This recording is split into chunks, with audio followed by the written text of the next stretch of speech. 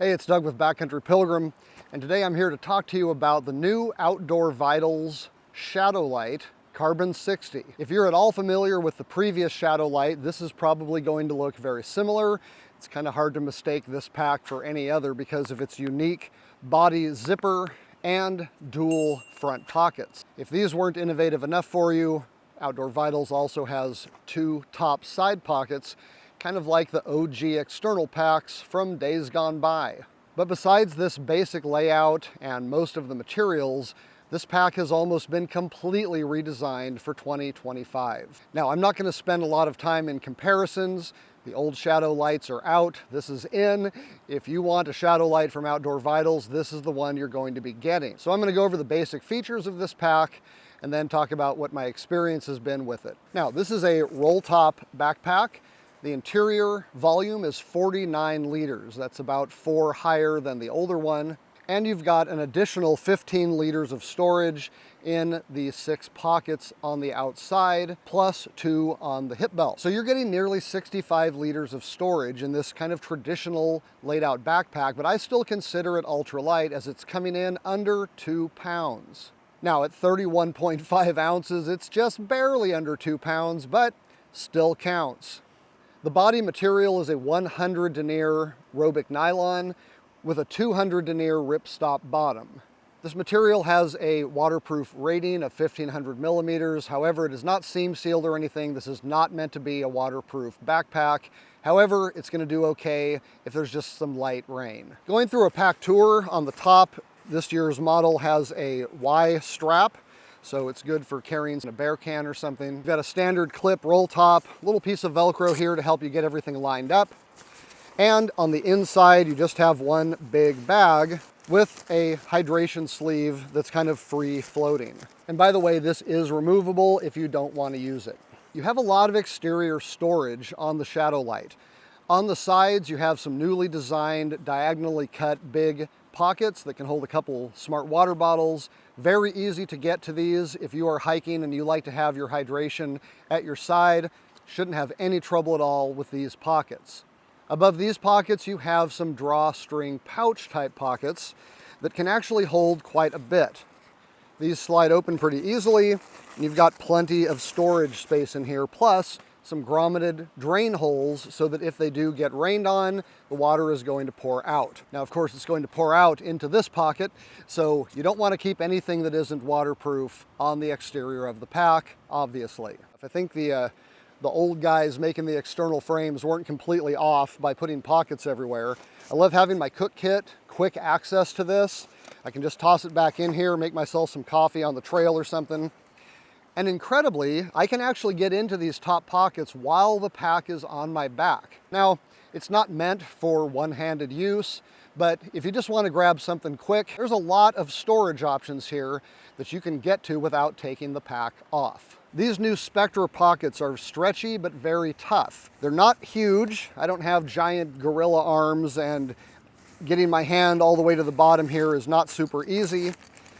If you have long, thin storage materials, they're going to do very well in here. You've got 2 of them. I like to keep my jacket and some other larger things on the outside pocket, and I cannot get them to go in here, not even my 1/8-inch pad.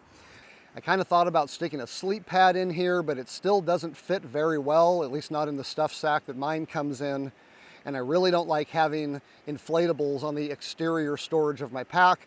Although this Spectra is very tough and probably wouldn't let anything come through and puncture it, that's a huge concern of mine. I usually like to have that on the inside. Tent poles are a pretty obvious contender for storage back here. I don't want them rattling around or unprotected though. So I'm still kind of working with these pockets to decide how exactly I want to use them. Of course, one of the standout features of the Shadowlight is this full-length body zip that allows you access into the main compartment of the pack without having to go in through the top.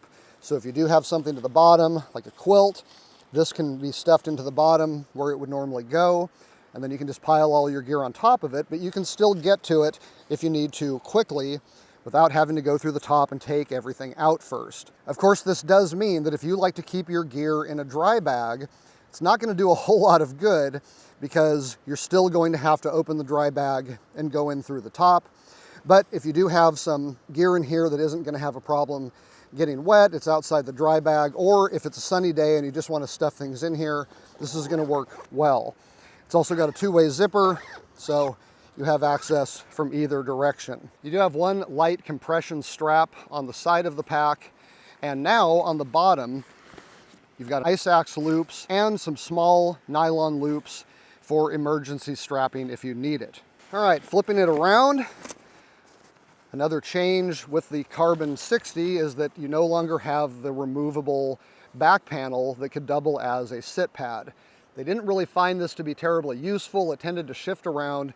So now there is a fixed, ventilated, full-size back pad. Feels very good. You also have a wraparound, removable hip belt, and the padding on this is really great.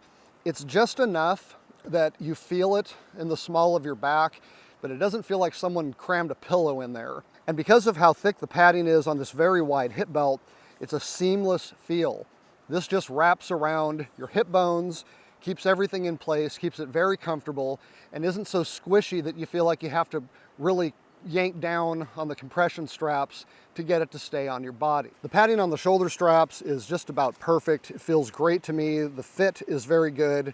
Wraps over my shoulders, doesn't put weight on them, but also doesn't allow the pack to slip. You've got an adjustable sternum strap on here, all pretty minimalistic. One thing I would have really liked to have seen on these shoulder straps is some daisy chain webbing. I am a huge fan of daisy chain webbing. It's almost a deal killer for me if a pack doesn't have it, because as you can see, I like to have a lot of stuff on my shoulder straps, and right now all of this is hanging off the load lifters. I imagine these are sewn in pretty well and that this isn't going to be a problem, but I've got no adjustability on this gear whatsoever. Everything that goes in here, if it's up in my face, I can't move it. And I really don't like hanging gear off the load lifters anyway. That's not what they're built for. So if Outdoor Vitals wants to make one of these with some daisy chain and get it up to 31.9 ounces, I won't complain. Shadowlight's got a good carry handle, nice and wide. You don't have to crunch your fingers up to try to get into it. The hip belt is sufficient with a fairly minimalist but doubled up strap here. You've got nice big pockets on the hip belt. These are fantastic. Zipper works really well single-handedly, and you've got a lot of room in here. So there is just a ton of storage on this pack, despite the fact that it only weighs just under 2 pounds. Now, even though the basic layout and the materials remain largely the same, Outdoor Vitals has updated virtually every feature on this backpack.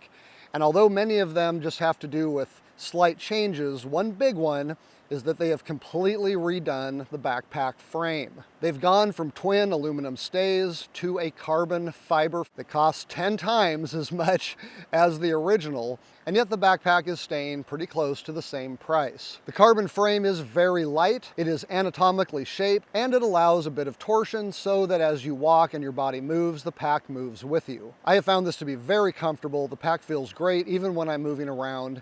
I don't feel like I'm having to fight the pack if I have to twist. It is very, very comfortable. It's got enough padding without feeling like I'm compressing pillows onto my back. So far, I'm a big fan of this pack. At the time of launch, the Shadowlight Carbon 60 runs $275. I'm a big fan of Outdoor Vitals. Check out these other videos to see some of their other gear. If you have enjoyed this video on the new Shadowlight Carbon 60, please give the video a like and consider subscribing to Backcountry Pilgrim if you're into hiking, camping, backpacking, and the gear that goes with it. Until next time, I am Doug. Thanks for watching.